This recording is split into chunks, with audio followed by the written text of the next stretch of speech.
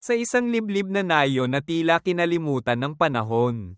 Sa paanan ng bundok Amuling. May isang batang babae na ang pangalan ay Isay. Sa bawat halakhak niya, tila may sumasabay na huni ng mga ibon.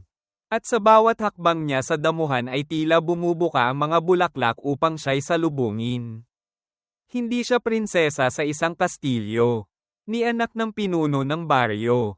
Ngunit may kakaibang ningning sa kanyang mga mata, isang liwanag na hindi mula sa araw kundi sa pangarap. Lumaki si Isay sa ilalim ng simpleng bubong na pawid. Kasama ang kanyang inang si Aling Rosa na isang manghihilot. At ang kanyang amang si Mang Fidel na magsasaka. Araw-araw ay ginayasang siya ng tila musika mula sa kuliglig at mga aalingaw-ngaw ng kalabaw na nag-aararo sa bukid. Maaga pa lang ay nakaabang na siya sa may bintana. Hawak ang kanyang lumang aklat na minana pa raw sa kanyang lolo. Doon niya unang natutong mangarap sa pagitan ng mga pahina ng isang luma at kupas na librong pambata na may mga kwento ng kababalaghan, kabayanihan, at kabutihang walang kapantay. Nanay, tanong niya minsan habang nilalagyan siya ng langis sa bumbunan. Bakit po kaya may mga taong tila isinilang upang magkwento? Ngumiti si Aling Rosa. Ang kanyang mga matay puno ng hiwaga. Dahil, anak, may mga puso na ginawa para maging salamin ng mundo. Sa kanila dumadaloy ang mga kwento, masaya man o malungkot. At minsan, sila rin ang tanging tinig ng mga hindi na marinig. Mula noon, naging layunin ni Isay na maging manunulat. Hindi para sumikat, hindi para yumaman. Gusto lamang niyang magsalaysay, mula sa bulong ng hangin sa kawayanan. Sa pagpatak ng ulan sa bubong tuwing habagat, hanggang sa mga kwento ng kanyang mga kapitbahay, lahat iyon ay itinatala niya sa isang makapal na kwaderno na halos mawalan na ng pahina. Lahat may saysay, lahat may buhay. Ngunit hindi madaling maging bata na may pangarap sa isang mundong abala sa pag-iral. Maraming beses siyang pinagtawanan, tinawag na ilusyonada, at sinabihang wala siyang mararating sa pagsusulat. Maghanap ka na lang ng maayos na trabaho. Isay, madalas na payo sa kanya. Walang pera sa mga salita. Ngunit para kay Isay, bawat salita ay ginto, bawat pangungusap ay tahanan. Isang gabi ng tag-init, habang ang buong baryo ay abala sa pista ng San Rafael. Si Isay ay nagkulong sa kanyang silid. May sinusulat siyang kwento tungkol sa isang batang katulad niya, Taong Liwanag. Ang tawag niya rito na lumalaban sa dilim ng mundong puno ng pangamba. Hindi niya alam.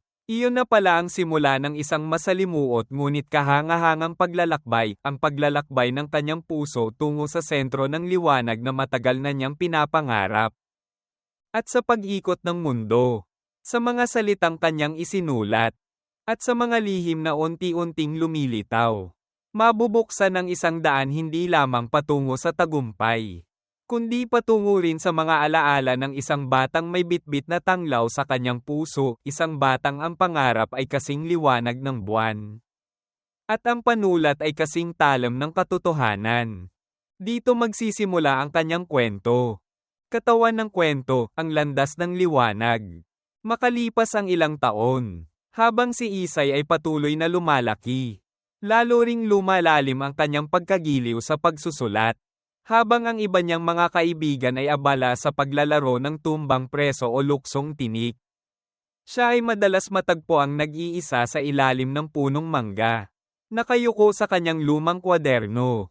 Nagsusulat ng mga tula at kwento ng kathang-isip na tila hango sa sariling karanasan. Isang araw, isang guro mula sa bayan ang dumalaw sa kanilang paaralan.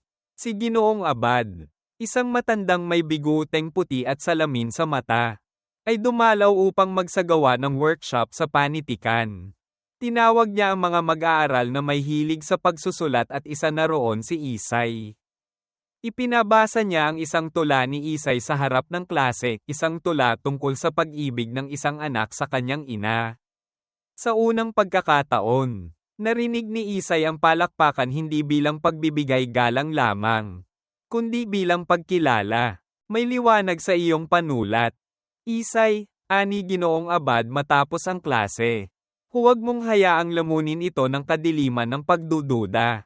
Ang mga salitang iyon ay naging gasolina ng kanyang puso. Mula noon, nagsimula na siyang magpadala ng kanyang mga gawa sa mga paligsahan sa bayan. Minsan siya'y natatalo, ngunit madalas ay nakakakuha ng papuri.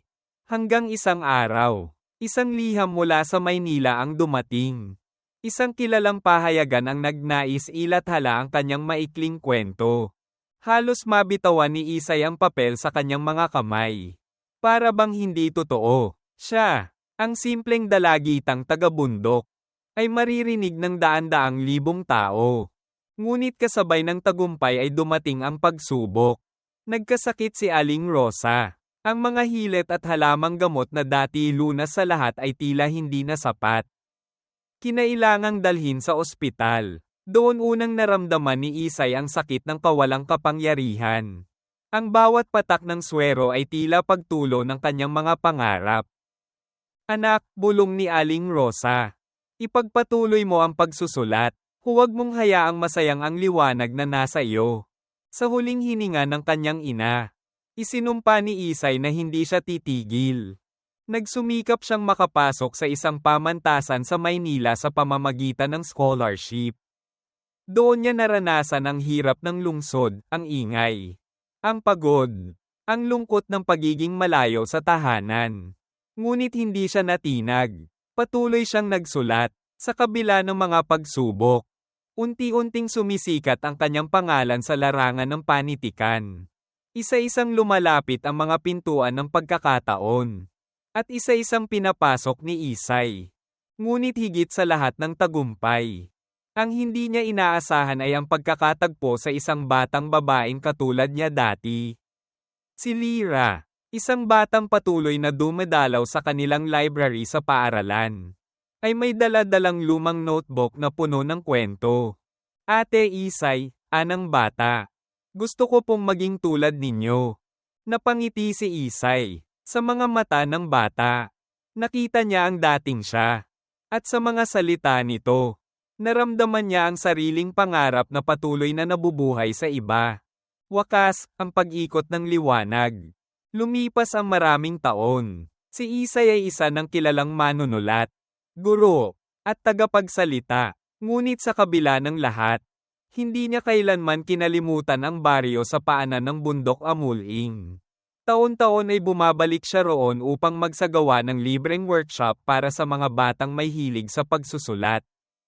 Ang dating batang nangangarap lang sa ilalim ng punong mangga, ngayon ay nagtatanim na ng pangarap sa puso ng iba. Ipinatayo niya ang isang maliit na silid-aklatan sa gitna ng baryo. Pinangalanan itong Tahanan ng Liwanag.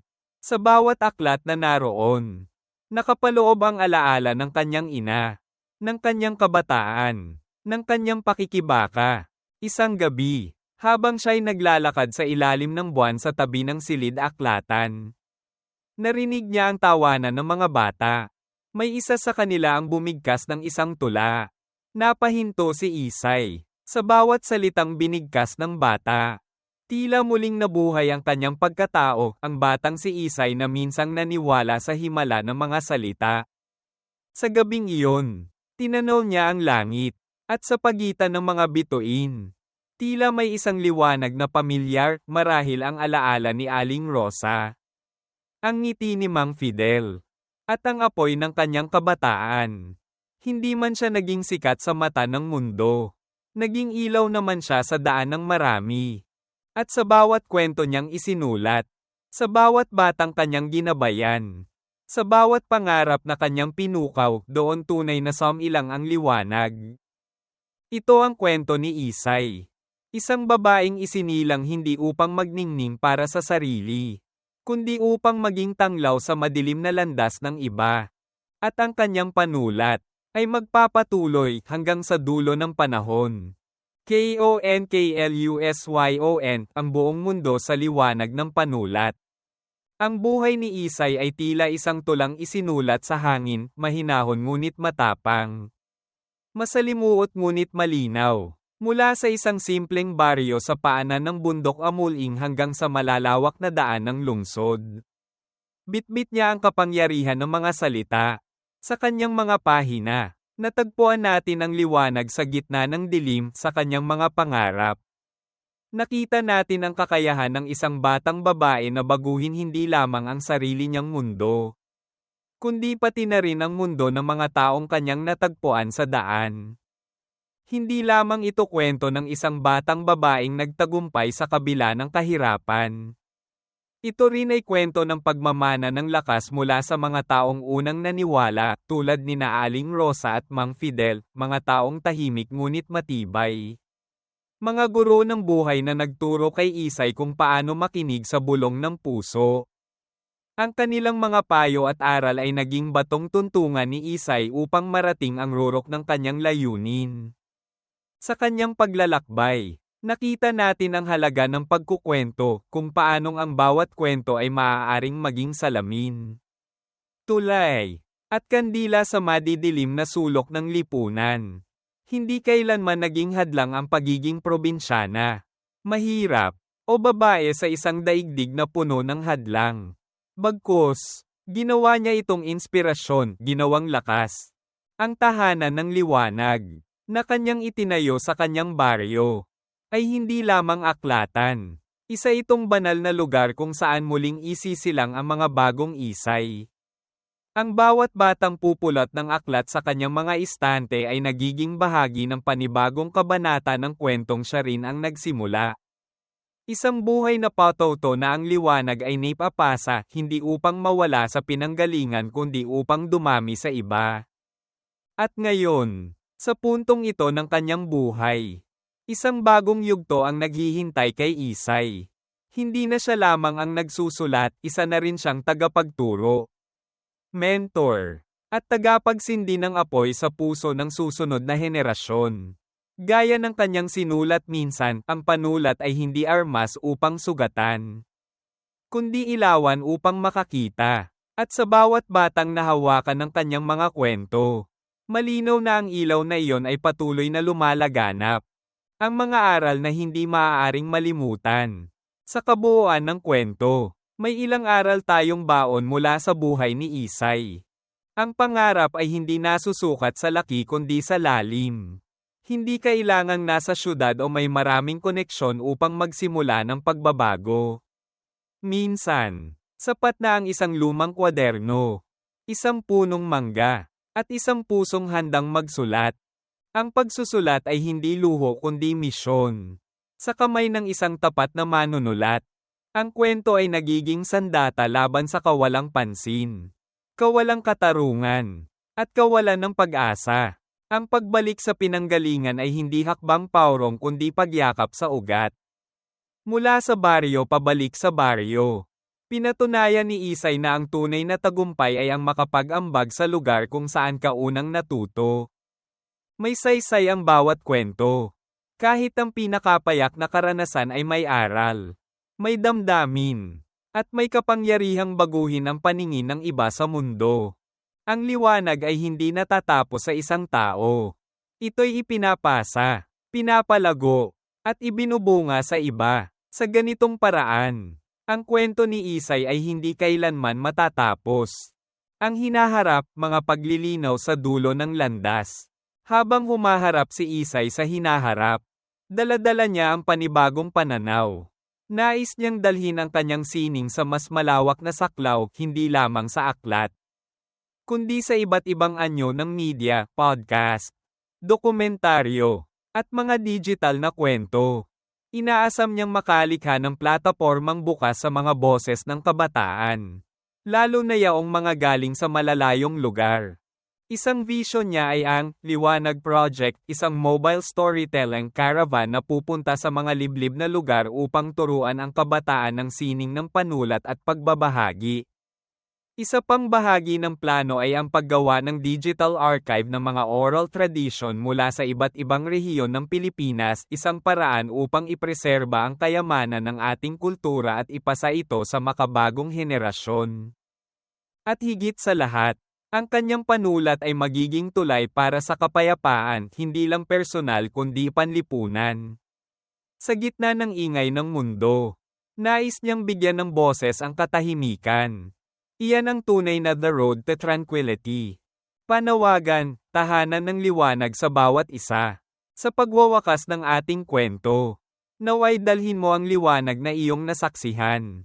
Ikaw, na bumas at sumubaybay sa buhay ni Isay, ay bahagi na rin ng kanyang paglalakbay. Huwag mong hayaang mabaon sa limot ang mga aral at damdaming iyong nadama. Isa ka na ngayong tagapagsindi ng sariling ilaw. At kung nais mong ipagpatuloy ang paglalakbay na ito, inaanyayahan kita na suportahan at subaybayan ang channel na The Road to Tranquility. Isa itong tahanan para sa mga kwentong tulad ng kay Isay, tahimik ngunit makapangyarihan. Simpleng tinig ngunit may tinig ng pag-asa. Sa The Road to Tranquility, matatagpuan mo ang mga kwento ng inspirasyon at tagumpay mula sa mga simpleng tao. Panitikan at tula na umaakay sa puso.